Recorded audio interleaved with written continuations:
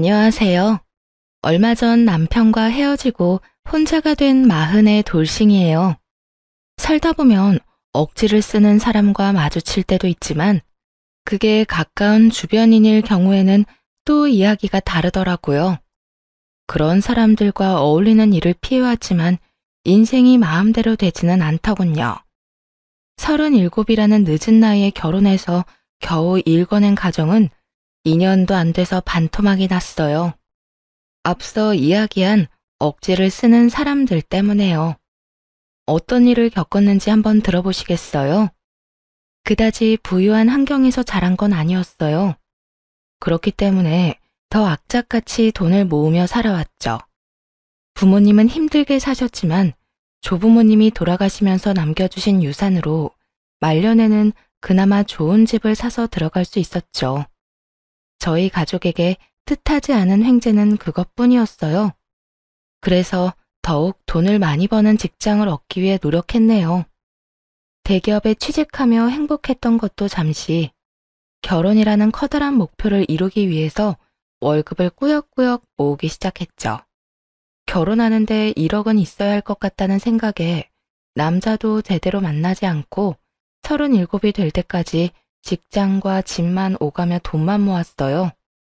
그러다가 남편을 만난 건 36의 늦은 나이였어요. 나를 위해주고 사랑해주는 부드러운 남자, 그게 남편이라고 착각했던 거죠.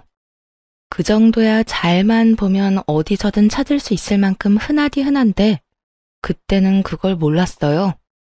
어른들이 가끔 하는 말 있잖아요. 남자를 많이 만나봐야 보는 눈이 생긴다고요. 하지만 그동안 남자를 만나본 적도 연애해 본 적도 없으니 그런 눈이 있을 리가 없었죠. 아가씨가 좋은 직장 다닌다는 건 알고 있어. 우리 아들이랑 결혼하겠다는 것도 너무 고맙고. 근데 우리는 돈이 많이 없어서 아가씨가 해오는 만큼만 할 생각인데 아가씨가 생각하는 결혼 자금은 어느 정도 되지? 전 1억을 모아놓은 상태예요. 이 돈으로 결혼 자금을 대고 나머지는 집 살 때 쓰려고요. 미리 남편과 이야기를 해놓은 상황이었거든요. 남편은 모아둔 돈이 3천만 원 정도 있다고 하더군요. 여태까지 결혼 생각이 없었고 그래서 집에 돈을 좀 줬다고 하면서요. 부모님한테 돈을 줬다는 게 흠은 아니니 그러려니 했어요. 그리고 돈이야 나중에 또 모으면 된다고 생각했고요. 그래서 남편이 이 결혼에 얼마 정도를 보탤 수 있는지 미리 알고 있었죠. 1억이나 모았어요? 요즘 아가씨답지 않게 야무지고 알뜰하네. 우리 아들이 참 괜찮은 아가씨를 만나서 다행이에요. 이 대답에 시모는 무척 흡족해했어요. 그리고는 상견례 날짜를 바로 잡았고요. 날짜가 정해지고 나서부터는 훈훈한 분위기가 이어졌어요. 시모는 저희 친정 부모님에게도 굉장히 잘해주셨죠. 어쩜 애를 이렇게 야무지게 키우셨어요? 시집 올 때 이렇게 야무지게 모아서 오는 아가씨도 없을 거예요. 자랑은 아니지만 우리 딸이 어릴 때부터 생활력도 있고 참 괜찮은 아이예요. 좋게 봐주시니 감사하네요. 화기애애한 분위기에서 상견례가 끝이 나고 결혼식 날짜를 잡을 일만 남았죠. 그런데 그 다음날 시모가 저만 살짝 불러냈어요. 예단 때문에 할 이야기가 있어서 널 불렀다. 예단에 관한 건 이미 상견례에서 이야기가 다 끝난 상황이었어요. 형편대로 하기로 했고 무리하지 않는 선에서 해가기로 했죠. 구체적으로 얼마라고 말하진 않았지만 생각하는 적정선은 있었어요. 무슨 말을 하려나 걱정이 됐죠. 남편 몰래 불러서 할 예단비 이야기라는 게 도대체 뭘까 싶었거든요. 너도 알다시피 결혼이라는 게 가족의 결합이기도 하지 않니? 그래서 친인척들한테 뭐라도 드려야 할 것 같아서 말이지. 그래서 말인데 너 예단비 현금으로 나한테 줄래? 한 5천만 원 정도면 딱 괜찮을 것 같은데. 내색은 하지 않았지만 속으로 깜짝 놀랐어요. 생각보다도 많은 금액을 불러서 거부감이 들었고요. 모아놓은 돈이 1억이라고 말씀드렸었는데 그 돈의 절반을 예단으로 달라고 하시더라고요. 게다가 집 살 돈도 충분치 않았고 남편도 돈을 많이 해오지 않는 상태라 걱정부터 되었어요. 어머님, 금액이 너무 큰 것 같아요. 제 선에서 해결하기는 좀 힘들 것 같은데 가족들이랑 상의해보고 말씀드려도 될까요? 어차피 네가 번 돈 네가 쓰는데 뭘 가족들이랑 상의까지 하니? 그러지 말고 그냥 5천만 원 예단비로 가지고 와. 나머지 금액으로도 집 살 때 충분히 버틸 수 있지 않니? 그 눈빛에서 집요함을 보고 그래도 남편은 알아야 할 것 같다고 답했죠. 그랬더니 시모는 마치 말이 안 통하는 아이를 대하듯 답답하게 쳐다보더라고요. 넌 어째 한 번 말하면 듣질 않네? 왜 몰래 불렀는지 몰라? 어쨌든 난 예단비 5천만 원 아니면 안 받을 테니까 그렇게 알고 있어라. 뭐가 그렇게 당당한 건지. 자기 자식은 꼴랑 3천만 원 들고 결혼하러 오는데 며느리한테 5천만 원이나 되는 예단비를 달라는 시모를 보니 속에서 천불이 날 것 같더라고요. 그 자리에서 나와 차에 타자마자 친정엄마한테 전화를 걸었어요. 엄마, 나 방금 어머님 뵙고 왔는데 예단비를 5천만 원이나 달라고 하더라고. 어떻게 할지 모르겠어. 게다가 다 현금으로 달라고 하거든? 근데 받은 신혼집 시세가 생각보다 높아서 5천만 원이나 주기 힘들 것 같아. 뭐? 예단비를 5천만 원이나 요구했다고? 웃긴 아줌마네. 대체 뭐 하자는 거야? 그러면 상견례 때 그 얘기를 했었어야지. 모두가 보는 앞에서 안 된다고 딱 잘라 말했을 텐데.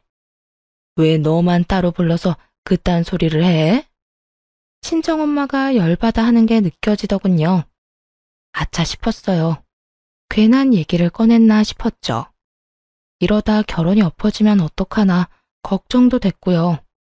이때까지만 해도 남편에 대한 사랑은 있었으니까요. 결혼이 무산되면 어쩌나 하는 걱정이 컸죠. 엄마, 일단 진정해봐. 내가 남편이랑 잘 얘기해볼게. 어머님은 아무한테도 얘기하지 말라고 하던데 그래도 남편은 알아야 할 거 아니야. 그 여편 내가 아무한테도 얘기하지 말래? 아이고, 그거 그냥 돈 꿀꺽 하려는 거 아니니? 아무리 봐도 이상하다 얘. 상견례 때 말 안 하고 몰래 한 것도 이유가 있을 거야. 일단 너 예단비 주러 갈 때 혼자 가지 마. 엄마랑 같이 가자.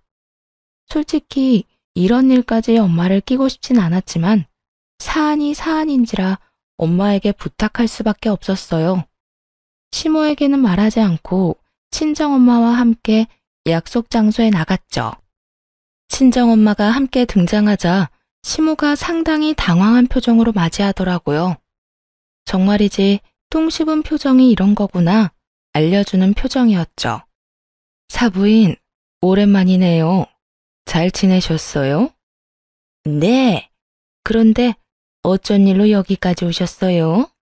저는 며느라기한테만 보자고 했는데 사실 우리 애가 워낙 착실해서 돈을 저한테 다 맡겨놓거든요. 돈은 제가 관리하는데 애가 갑자기 5천만 원을 가져간다고 하니까 궁금했죠. 그랬더니 사부인께서 예단비를 5천만 원이나 요구했다고 하지 않겠어요? 이럴 거면 상견례 때 미리 말씀해 주시지 그러셨어요. 그러면 안 된다고 저희가 딱 잘라 얘기했을 텐데. 웃는 낯으로 거침없이 이야기를 하는 친정엄마를 보며 살며시 눈치를 봤어요. 이 두 사람의 대화에 끼어들 틈이 없었죠.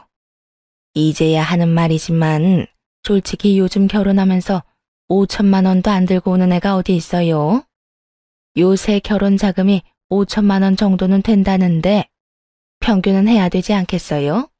예단비만 생각하시는 건가요? 결혼할 때 드는 돈이 얼마나 많은데요. 그리고 그건 남자가 집을 해올 때나 하는 말이죠.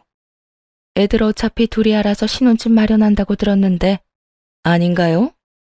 집 해갈 때 사위가 얼마 해올지는 모르겠지만 반반으로 계산하더라도 5천만 원이나 요구하는 건 너무하다는 생각이 드네요.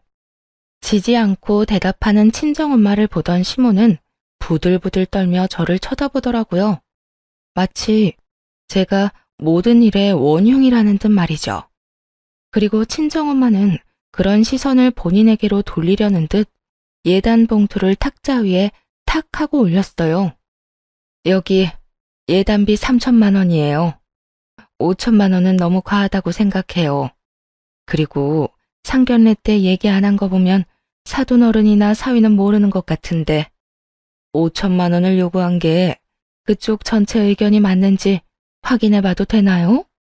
그 말을 듣자마자 시모가 정색하더군요. 표정이 모든 걸 말해주는 셈이었죠. 그걸 보고 친정엄마는 짧게 한숨 쉬며 시모에게 말했어요. 사돈 어른이랑 사위한테 알리기 전에 이 돈 받고 봉채비로 반 돌려주시면 되겠네요. 친정엄마가 그렇게 이야기하자 시모가 발끈하며 대꾸하더군요. 아니, 올랑 3천만 원 주면서 무슨 봉채비까지 돌려받아요? 그럼 그냥 3천만 원만 받을게요. 사부인, 보통 예단비 들어가면 반은 돌려줘요. 5천만 원을 받아갔어도 2,500만 원은 돌려주는 게 예의죠. 그럼 지금 3천만 원을 다 그냥 받아가겠다는 얘기예요? 통째로 먹고 돌려줄 생각도 없다는 거냐고요? 아니, 그럼 올랑 1,500만 원 받아서 뭘 하라는 건데요? 고작 그거 받아서 어쩌라고요? 봉채비 돌려받고 싶으면 5천만 원 내세요. 그러면 2천만 원 돌려드릴게요. 마치 자기 돈이라도 되는 것처럼 이랬다 저랬다 흥정을 하더라고요. 게다가 반은 돌려달라고 하는 말을 듣고도 거기에서 또 500만 원은 쏙 빼고 얘기하는 걸 보니 참 돈독이 제대로 올랐다 싶더라고요. 그때 친정엄마가 그러더군요. 정말 양심이라고는 조금도 없으시네요. 누가 보면 그쪽에서 집이라도 한 채 가지고 오시는 줄 알겠어요. 뭐가 이리 당당한지. 그럼 물어볼게요. 사부인은 애들 신혼집 할 때 얼마 쓸 생각이에요? 그때 말했잖아요. 사정 되는 대로 성의껏 애들 도움 준다고. 그러니까 구체적으로 얼마를 해줄 거냐고요. 예단비를 딱 짚어서 5천만 원 얘기하는 거 보면 그 돈도 준비되어 있을 거 아니에요. 얘기해보세요. 집 사주실 건가요? 거기까지 해줄 수는 없고 우리 아들이 자기가 벌어서 자기가 장가간다고 했으니까 아들한테 맡길 거예요. 우리는 그렇게 많이 지원 못 해줘요. 한두 살 먹은 애들도 아니고 신혼집이야 지들이 알아서 잘 하겠죠. 집 살 때 돈 보태줄 생각도 없는데 예단비로 5천만 원이나 요구하는 게 상식적인 일인가요? 사위는 꼴랑 3천만 원 들고 온다던데 그럼 집은 어떻게 마련해요? 아니, 남는 5천만 원으로 해결하면 되지. 요즘 대출 안 끼고 결혼하는 사람이 어디 있어요? 1억이 오롯이 집에만 들어가도 모자랄 판인데 지금 결혼식이나 이사 비용 같은 건 전혀 생각도 안 하고 계시잖아요. 결혼식은 공짜로 해요? 그것도 다 돈 내고 하는 일이에요. 그런 거 다 빼고 나면 남는 거 거의 없어요. 애들 집 살 때 대출만 엄청 껴야 한다고요. 그거야 결혼하는 애들끼리 알아서 하겠죠. 저는 예단비 5천만 원 꼭 받아야 되겠어요. 그럼 저희 쪽에서 사위랑 사돈 어른한테 안 된다고 말씀드릴게요. 예단비 5천만 원은 너무 과하다고요. 친정엄마가 탁자의 예단비 봉투를 가져가기 위해 손을 뻗을 때였어요. 시모가 신경질적으로 예단비 봉투를 휙 낚아채 가더군요. 알았어요. 3천만 원만 받으면 되잖아요. 자, 여기 봉채비. 절반이라고 했죠? 정말 어이없게도 시모는 그 자리에서 예단비 봉투를 뜯어 신경질적으로 돈을 세더니 1,500만 원을 돌려주더라고요. 아니, 그리고 받은 돈을 돌려줄 때도 예의라는 게 있어야 하잖아요. 시모는 아예 그런 생각은 하지도 않나 보더군요. 자기가 기분이 나빴다는 걸 표현하기에 급급했어요. 무슨 시장에서 장사하는 것도 아니고 예단비랑 봉채비를 이딴 식으로 취급하는 것도 참 웃기네요. 예, 가자. 일어나. 앉아서 노려보고 있는 시모에게 꾸벅 인사를 하고 돌아 나왔네요. 솔직히 망했다 싶었어요. 결혼식도 하기 전에 시모와 이런 식으로 얽히게 될 거라곤 상상도 못했죠. 그렇지만 따지고 보면 시모의 문제였으니까요. 그리고 시모도 제가 싫었으면 그 돈을 아예 안 받았겠죠. 돈을 가져간 걸 보면 결혼을 망칠 생각은 없다는 것으로 해석할 수 있으니 그걸 위안으로 삼기로 했어요. 앞으로 시댁 일에는 무조건 남편을 보내야겠다 생각했죠. 남편이 원하든 원하지 않든 방패로 세워야겠다고요. 그게 제가 결혼 생활을 평온하게 유지할 수 있는 방법일 테니까요. 가게에서 나와서 친정엄마와 밥을 먹으러 갔는데 밥 먹는 내내 친정엄마는 화를 가라앉히질 못하시더라고요. 네 시모라는 사람 정말 마음에 안 드는구나. 아니, 어떻게 예단비를 그런 식으로 요구할 수가 있어? 게다가 들었지? 네 남편이랑 너희 시아버지 될 사람한테는 얘기도 안 한 것 같고 엄마가 정말 걱정돼서 하는 얘긴데 너 힘들면 그냥 결혼 안 해도 돼. 너 정말 괜찮겠어? 엄마, 결혼을 시어머니랑 하는 건 아니잖아. 남편이랑 하는 거고. 그쪽도 엄마 성격 알았으니까 앞으로 조심하겠지. 엄마한테 괜히 미안하네. 엄마 진짜 허투루 얘기하는 거 아니야. 힘들면 엄마한테 언제든지 찾아와. 저 옆에 내 성질머리 보니 안 되겠다. 너 시집살이 시킬 관상이야. 시모가 왜 그렇게 예단비를 욕심내는지 이때는 몰랐어요. 그런데 얼마 지나지 않아 돈 욕심의 이유를 알게 되었네요. 바로 신혼집 때문이었더군요. 결국 시모가 2천만 원을 보태주기는 했거든요. 그게 다 공동명의 때문이었던 건 나중에 알았네요. 시모의 뜬금없는 예단비 요구가 또 시작될까봐 걱정돼서 집 사는 건 최대한 뒤로 미뤘었죠. 그리고 무사히 결혼식을 마치고서야 슬슬 신혼집에 대해 이야기했어요. 결혼식이 끝나고 돈이 얼마 정도 남는지도 중요하니까요. 친정엄마는 돈 욕심 많은 시모 꼴을 보더니 한 가지 충고를 해주시더라고요. 딸, 엄마가 웬만하면 이런 말 안 하려고 했는데 너 결혼할 때 웬만하면 네 이름으로 해. 네가 돈 다 내는 한이 있더라도 최대한 돈 많이 써서 네 명의로 하는 게 좋겠다. 갑자기 그게 무슨 말이야? 남편도 3천만 원 정도 들고 온다고 했어. 그 돈 들고 오는데 어떻게 단독 명의로 해? 대출 끼면 같이 갚아나가야 되는 건데. 대출 최대한 적게 받을 수 있도록 엄마가 우리 집 담보로 대출 받아줄게. 그걸로 너희 집 살 때 써. 무슨 소리야. 우리 집 사는데 엄마가 왜 돈을 그만큼 많이 써? 됐어. 우리가 알아서 할게. 그냥 엄마 말 좀 들어. 엄마가 봤을 때 너희 시어머니 아주 욕심이 대단한 사람이야. 저런 사람이 지 아들 돈이라고 욕심 안 내겠니? 그리고 너희 시어머니 같은 인간들은 돈에 환장하니까 네가 집이라도 해가야 시집살이 같은 거 피하지. 그러니까 엄마 말대로 하자, 응?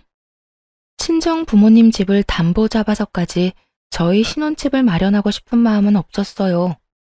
솔직히 엄마가 가진 돈이 있어서 그걸로 도와준다고 하면 고맙게 받을 생각이었긴 했죠. 근데 대출이라뇨. 여윳돈도 아니고 집을 담보로 대출을 받는다니. 그렇지만 엄마의 걱정스러운 눈빛을 보니 더 마다하기도 뭐하더라고요. 몇 번이고 그렇게 받으라며 성하시니 어쩔 수 없이 그렇게 하기로 했어요. 남편에게 이야기했더니 촉도 없이 엄청 좋아했어요. 엄마에게 받아온 돈 1억에 제가 가지고 있던 결혼자금 8천만 원, 시모가 준 2천만 원, 그리고 남편이 들고 오기로 한 3천만 원까지 합해서 신혼집을 마련하기 위한 자금을 준비했죠. 그리고 나머지는 대출을 받기로 했고요. 수도권 지역이 아니었기 때문에 생각보다 저렴한 가격에 집을 구매하는 게 가능했네요. 그런데 여기서 문제가 발생했죠. 집을 둘러보고 몇 군데 추려서 이제 계약을 해야지 하는 찰나에 남편이 갑자기 그러더라고요. 여보, 미안한데 내가 내기로 한 3천만 원 못 줄 것 같아. 갑자기 그게 무슨 말이야? 3천만 원을 왜 못 줘? 그거 우리 집 살 돈이라며? 나 이번에 차가 퍼졌잖아. 엄청 오래된 차이기도 하고. 그래서 차를 새로 샀어. 근데 캐피탈로 하려면 대출해야 되는데 우리 집도 대출 끼고 들어가는데 나까지 대출 있으면 위험할 것 같아서 현금으로 그냥 다 주고 샀어. 듣고는 당황했어요. 남편 차가 오래된 차라는 건 알고 있었고 그 차가 종종 말썽을 일으킨다는 것도 알았죠. 하지만 그럴 거였으면 미리 이야기를 해줬어야 하지 않나요? 예산을 잡아두고 아파트를 보고 있었는데 갑자기 3천만 원이 빠져서 곤란해했죠. 그러면 미리 얘기를 하든가. 지금 보고 있던 집들은 못 가잖아. 그럼 좀 더 작은 집으로 가면 되지. 뭔 상관이야. 지금 나한테 돈 다 내라는 말이야? 우리 둘이 결혼하는데? 다는 아니지. 우리 엄마도 돈 냈잖아. 그리고 자기 능력 되잖아. 작은 아파트로 사면 돈도 별로 안 들 거고. 그리고 살면서 내가 많이 도와주면 되지. 뻔뻔하게 짝이 없는 남편의 말을 들으면서 화가 머리끝까지 났어요. 내가 예단비 어머님한테 드린 거 알고 있지? 나한테 집 사도록 만들 거였으면 나 그 예단비 안 줬을 거야. 내가 집까지 다 하는 거나 마찬가지인데 그러면 넌 도대체 결혼할 때 뭘 가지고 올 건데? 내가 생활비 많이 지원해 준다니까. 그러니까 걱정하지 마. 지금 당장 차가 없으면 나 일도 제대로 못 한다고. 아버님은 우리 집 살 때 보태주기로 하셨어? 우리 집? 나도 모르지. 한 1,000만 원 정도는 보태주지 않을까? 아예 기대를 하지 말라는 뜻이었죠. 1,000만 원이면 혼수에 쓰기도 빠듯한 금액이었으니까요. 그럼 공동명의, 그건 어떻게 할 건데? 당신 엄마가 그렇게 원하던 자기랑 나, 공동명의 말이야. 화를 내자 남편이 뭐가 문제냐는 듯 의아한 표정으로 묻더군요. 당신 명의로 해. 난 공동명의 필요 없어. 우리 엄마가 하도 공동명의 하라고 난리를 피우길래 그렇게 말했을 뿐이고, 난 괜찮으니까 당신 단독 명의로 해. 시모가 신혼집을 저희의 공동명의로 하길 원하고 있는 건 익히 알고 있었죠. 하지만 남편이 집을 사야 할 돈으로 본인 차를 사버렸으니 이젠 당당하게 단독 명의를 요구할 수 있는 상황이 되었고요. 진짜 내 이름으로 해도 돼? 해도 돼. 어차피 우리 같이 살 집이고 난 그런 거 신경 안 써. 남편은 그저 지금 탈 자동차에만 신경을 쓰는 것 같더군요. 신혼집에 그렇게까지 관심이 없다는 건 조금 충격이었지만 그냥 그러려니 하고 넘어가기로 했어요. 명의만 제 걸로 해준다면 손해보는 건 없을 거라고 생각했으니까요. 알았어. 그럼 우리 엄마가 집 살 때 돈 많이 보태줬는데 엄마랑 나 공동명의로 해도 되지? 그것도 괜찮지. 장모님이 1억이나 보태주시기로 했잖아. 그렇게 이야기가 마무리되고 우여곡절 끝에 신혼집을 구했네요. 저와 친정엄마의 공동명의로 말이죠. 친정엄마는 이 상황을 기뻐했어요. 그런데 신혼집에 들어간 지 얼마 되지 않았을 때 시모가 불같이 화를 내며 남편이 없는 사이에 집을 찾아왔어요. 너 어떻게 그런 끔찍한 생각을 할 수가 있어? 결혼을 했으면 남편이랑 둘이서 공동명의로 집을 해야 되는 거지. 어떻게 친정엄마랑 너랑 공동명의를 할 수가 있어? 시모가 찾아온 것은 남편에게 집의 소유권이 누구에게 있는지를 들은 다음이었죠. 시모는 자신이 준 2천만 원과 지 아들이 가지고 온 돈으로 집을 샀는데 왜 친정어머니와 제 공동명의로 했냐며 따지기 시작했죠. 어머님, 이미 남편이랑 다 상의된 거예요. 그리고 대출도 제가 가지고 가기로 했고요. 정말 가증스럽다, 너. 내가 준 2천만 원은 돈도 아니야? 그리고 내 아들도 집 살 때 3천만 원 보탰을 텐데. 어머님, 저희가 받은 건 1천만 원 뿐이었어요. 그마저도 혼수에 들어갔고요. 지금 말씀하시는 3천만 원은 받지도 못했어요. 이야기를 듣는데 머리가 아프더군요. 시모는 2천만 원을 줬다는데 실제로 받은 건 1천만 원 뿐이었거든요. 남편이 중간에서 빼돌린 게 분명했죠. 게다가 3천만 원의 행방도 시모는 전혀 모르고 있었고요. 그건 내 알 바 아니고 나도 2천만 원 보탰으니까 공동명의 이름 넣어줘. 우리 아들은 무슨 이유로 괜찮다고 했는지 모르겠지만 내 이름은 꼭 넣어야 되겠어. 웃기지도 않았네요. 당당하게 저런 요구를 할 수 있다는 것이 놀라울 따름이었죠. 아니요, 저는 어머니랑 공동명의 할 생각 없어요. 남편하고 이미 상의도 다 끝났고요. 어머님이 2천만 원 주셨다고 하는데 저희는 1천만 원밖에 못 받았고 그걸로 어머님 이름을 공동명의로 올리는 건 안 될 것 같아요. 시모는 얼마나 분했는지 몸을 부들부들 떨더군요. 그렇지만 여기서 물러서지 않고 저 역시 단호하게 나갔죠. 칼 같은 거절에 시모가 이를 악물고 그러더군요. 절대로 안 해주겠다 이거지? 그래, 네가 이기나 내가 이기나 어디 한번 해보자. 아니, 이게 누가 이기고 말고 할 일인가요? 그 말이 웃기면서 어이가 없었지만 시모는 그날 뒤로 시도 때도 없이 찾아와 괴롭히기 시작했어요. 신혼집은 친정과 더 가깝긴 했지만 시댁과도 꽤 가까운 편이었거든요. 그래서 그런지 시모는 저녁 주말할 것 없이 불쑥불쑥 말도 없이 찾아오곤 했죠. 남편이 도어락 비밀번호를 알려줬던 거예요. 몇 번이나 남편한테 이야기했었거든요. 어머님한테 비밀번호 알려주지 말라고. 그런데 남편은 그걸 이해를 못하더군요. 가족인데 뭐 어떠냐는 식이었어요. 가족? 가족이긴 했죠. 다만 남편 가족이지. 제 가족은 아니잖아요. 제가 불편할 거라는 걸 남편은 이해를 못하더라고요. 그렇게 집으로 들어오면 시모는 매의 눈으로 집을 훑었어요. 그리고는 조금이라도 본인 눈에 차지 않는 부분이 있으면 대놓고 면박을 주었죠. 넌 어떻게 돼 내가 이렇게 더럽게 해놓고 살아? 우리 딸은 얼마나 깨끗하게 해놓고 사는 줄 아니? 내 아들이 이런 돼지 소굴에서 지내는 걸 보다니. 맞벌이 직장인 집에 먼지 한 톨 없기를 바란 건지 한없이 투덜대길래 콕 집어 말해줬죠. 어머님, 어머니 아들이 돈을 잘 벌었으면 제가 이렇게 일하면서 집안일 할 일도 없었겠죠. 무슨 말을 하셔도 아들 얼굴에 침 뱉는 거밖에 안 되니 더 이상 이런 짓 안 하셨으면 좋겠어요. 세상에, 그게 시어머니한테 할 말이니? 내가 미쳤지. 이런 애랑 우리 애를 결혼을 시키다니. 잔말 말고 공동명의나 해줘. 안 할 거면 돈 돌려주든지. 결국 모든 대화의 끝은 공동명의였죠. 안 된다고 완강하게 거절의 말을 건넸고 시모는 또 성질을 내며 돌아갔어요.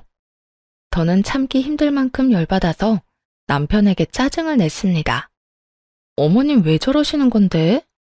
이미 명의는 이야기 다 끝났는데 왜 저렇게 끈질기셔? 야, 아무리 그래도 내 앞에서 우리 엄마 욕은 좀 아니지.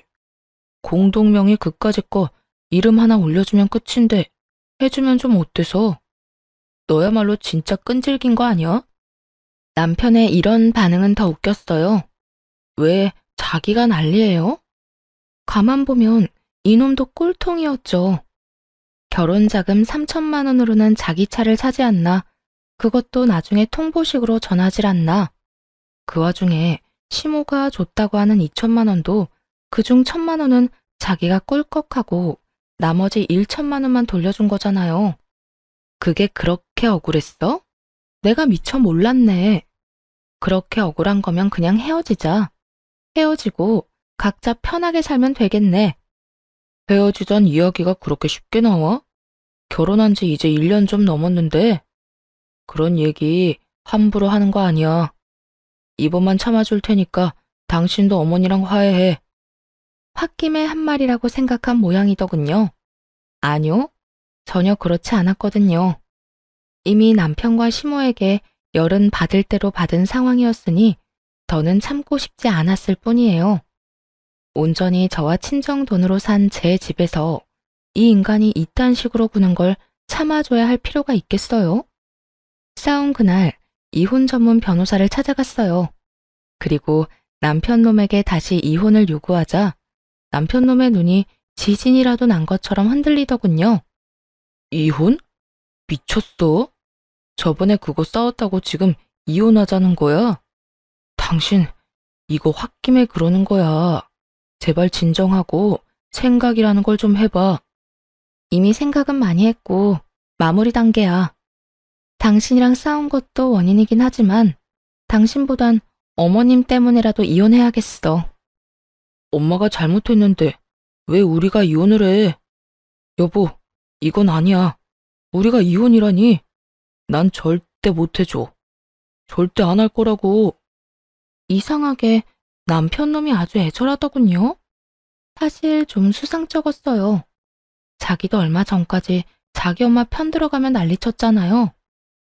혹시나 싶은 쎄한 마음에 남편 몰래 남편 통장 내역부터 확인했죠. 새벽에 남편 폰으로 들어가서 통장에 남은 돈, 돈 거래 내역, 신용카드 내역 등을 다 살펴봤네요. 그렇게 얻은 결론은 가히 충격적이더군요. 마치 머리를 한 대 맞은 것 같더라고요. 알고 보니 남편놈이 가지고 있는 모든 돈으로 코인을 하고 있었으니까요. 그것도 대출까지 받아서요. 결혼한 직후부터 말이죠. 시모가 말한 2천만 원 중 1천만 원도 그쪽으로 흘러들어갔더라고요. 열이 받아서 미칠 것 같았네요. 속인 것도 모자라 결혼 자금으로 코인을 하다니요? 이걸 알고 나자마자 더 기다리지 않고 이혼 소장을 남편에게 던졌어요. 남편은 그걸 보고 사색이 되더라고요. 하지만 지가 싫으면 어쩌겠어요? 제가 이혼하고 싶다는데 말이에요. 돈을 이따위로 쓰는 인간 때문에 평생 모은 돈으로 결혼까지 했다니 후회가 되어 속에선 천불이 나기 일보 직전이었죠. 이런 마음을 아는지 모르는지 남편은 지금 이혼하면 자기는 완전 거지라며 제게 빌붙으려 하더군요. 그건 네 사정이지.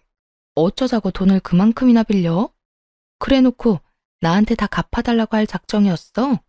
아니면 나한테 생활비까지 다 부담시켜서 기생충처럼 살 셈이었어? 남편에게 불같이 화를 냈고 남편은 도망치듯 나가버렸어요. 너무 화가 나 친정 부모님에게 하소연했더니 친정엄마가 다 듣고 그러시더군요. 내가 너희 집으로 가야 되겠다. 나랑 공동명의인데 우리끼리 살면 되지. 안 그러니? 그렇게 그날 저녁 친정엄마가 집에 왔네요. 저녁에 돌아온 남편이 깜짝 놀라 소리치더군요. 장모님, 여기는 어쩐 일로? 왜? 내가 못 올 때 왔는가? 왜 이렇게 놀라? 자네 어머니는 아주 말도 안 하고 자주 들르는 것 같더만.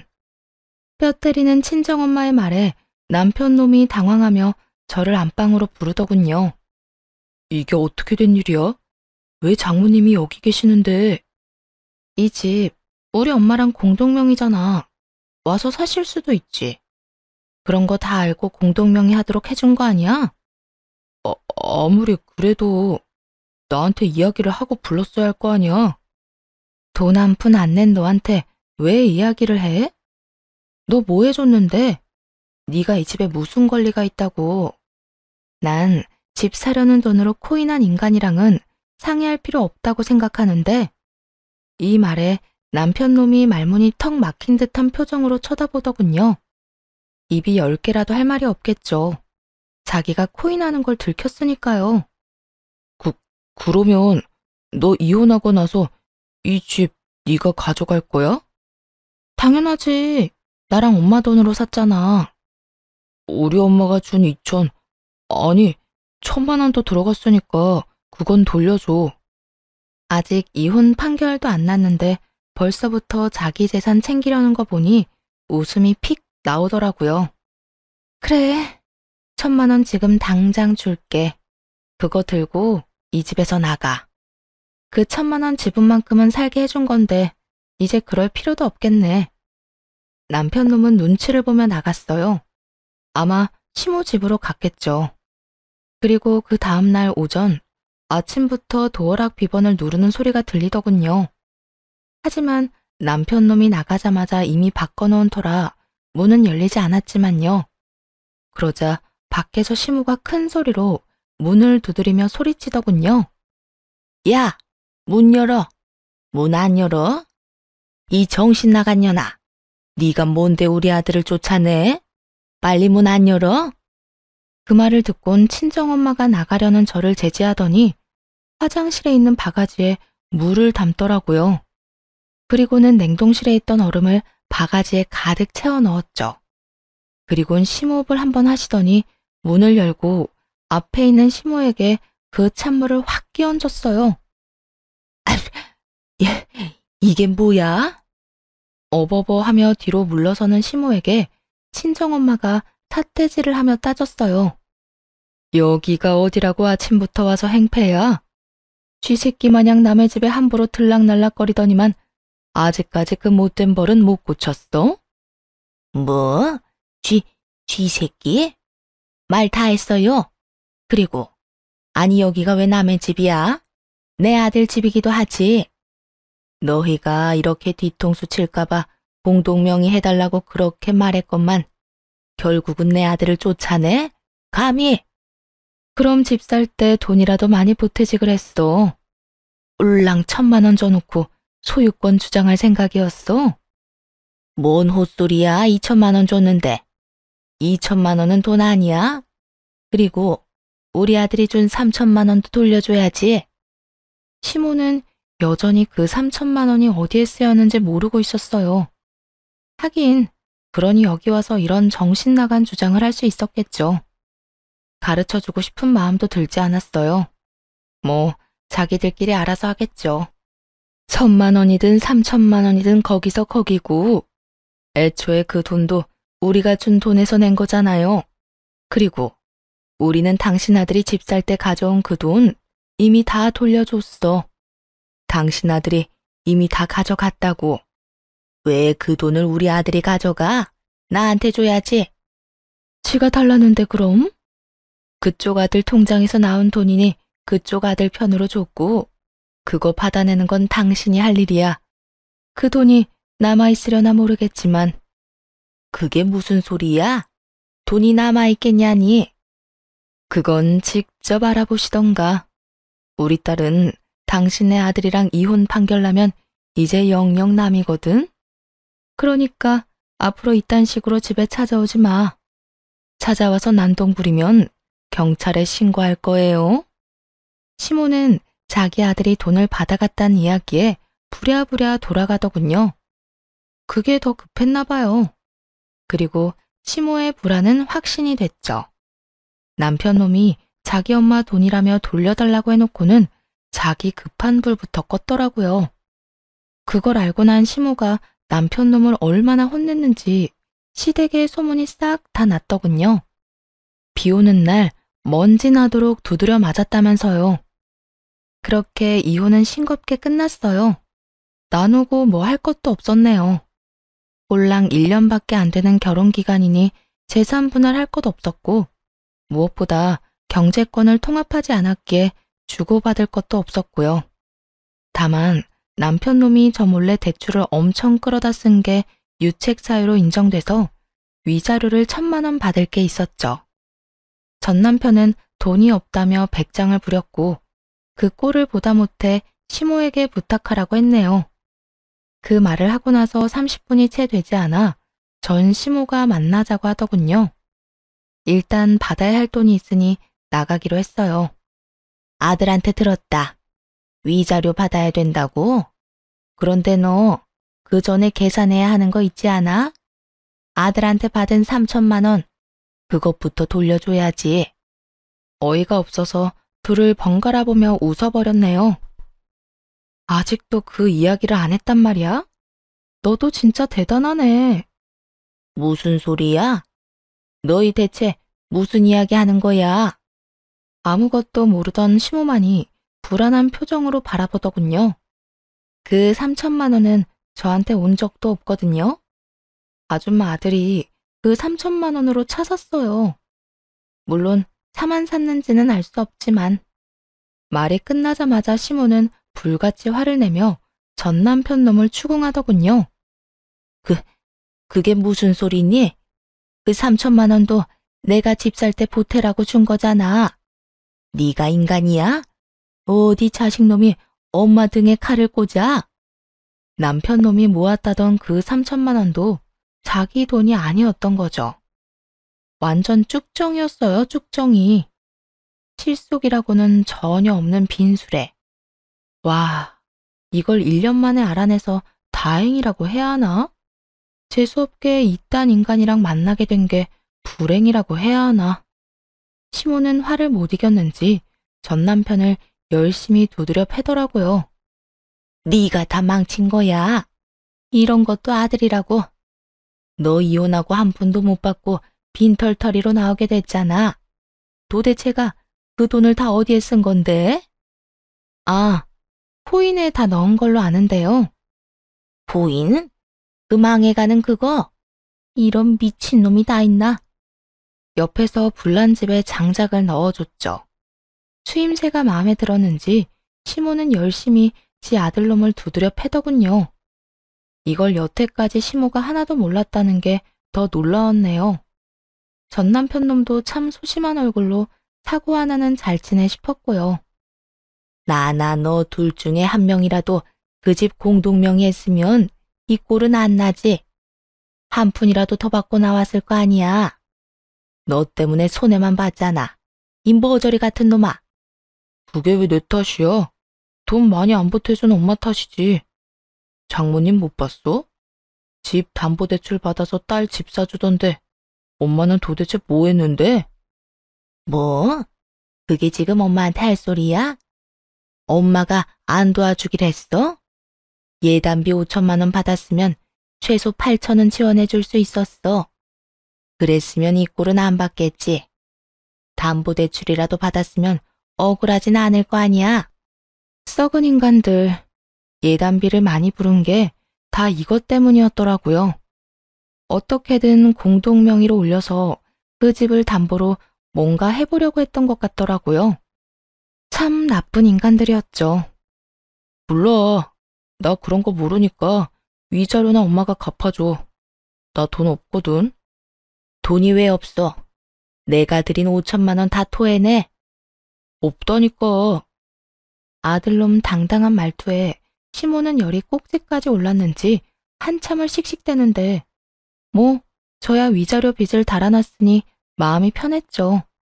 둘이서 치고받든 재미있기만 했네요. 그렇게 그 인간들과 두 번 다시 볼 일 없다고 생각하고 나왔는데 며칠 뒤에 전 남편 놈 위자료를 보냈더라고요.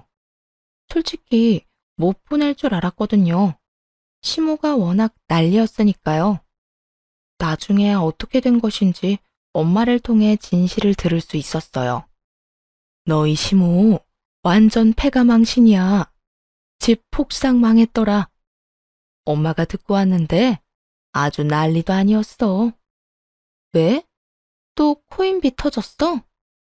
아니, 그 집에 얼마 전에 경찰들이 왔다 갔거든. 집에 도둑 들어서 가전이며 가구며 그 옆에 내 폐물까지 돈 되는 건 싹 다 훔쳐가서 경찰 불렀는데 알고 보니까 범인이 지 자식이더라고. 네 전 남편이 너희 시부모 뒤통수 때리고 도망갔대. 뭐? 진짜? 그래. 경찰에서는 가족끼리 집안에서 벌어진 일은 처벌이 안 된대나 어쩐대나. 그래서 경찰들 다 돌아가고 나서 하루 뒤인가? 그 집에 고함 소리 나고 싸우고 난리도 아니었다고 하더라고. 신고 들어가서 경찰이 한 번 더 왔다 갔다던데. 뭐? 그 인간은 도망갔는데 왜 난리가 나? 왜긴 왜야. 그놈이 갈 곳 없어서 또 엄마한테 기어들어온 거지. 자기가 처벌 안 받는 거 알고 그랬나 봐. 그 아줌마는 자기 아들을 호적에서 팔 거라며 악을 쓰고 아들한테 집에서 당장 나가라고 소리치고 하여튼 난리였다더라고. 하긴 돈이 가장 중요한 사람인데 집에 돈 될 만한 거 다 팔고 도망친 아들놈을 다시 받아줄 리 없죠. 그 돈으로 위자료를 갚았으니 저야 잘된 일이지만요. 근데 얘, 너 네 남편이랑 진짜 이혼 잘했어. 그 인간이 자기 부모 뒤통수를 또 한 대 더 날렸더라고. 거기에서 또 사고를 쳤다고? 코인으로 진 빚을 감당 못해서 결국 진짜 나쁜 짓을 한 거지. 자기 부모 폰으로 카드론 신용대출 받아서 챙기고는 그 집에서 완전히 가출해버렸단다. 짐까지 싹 다 들고.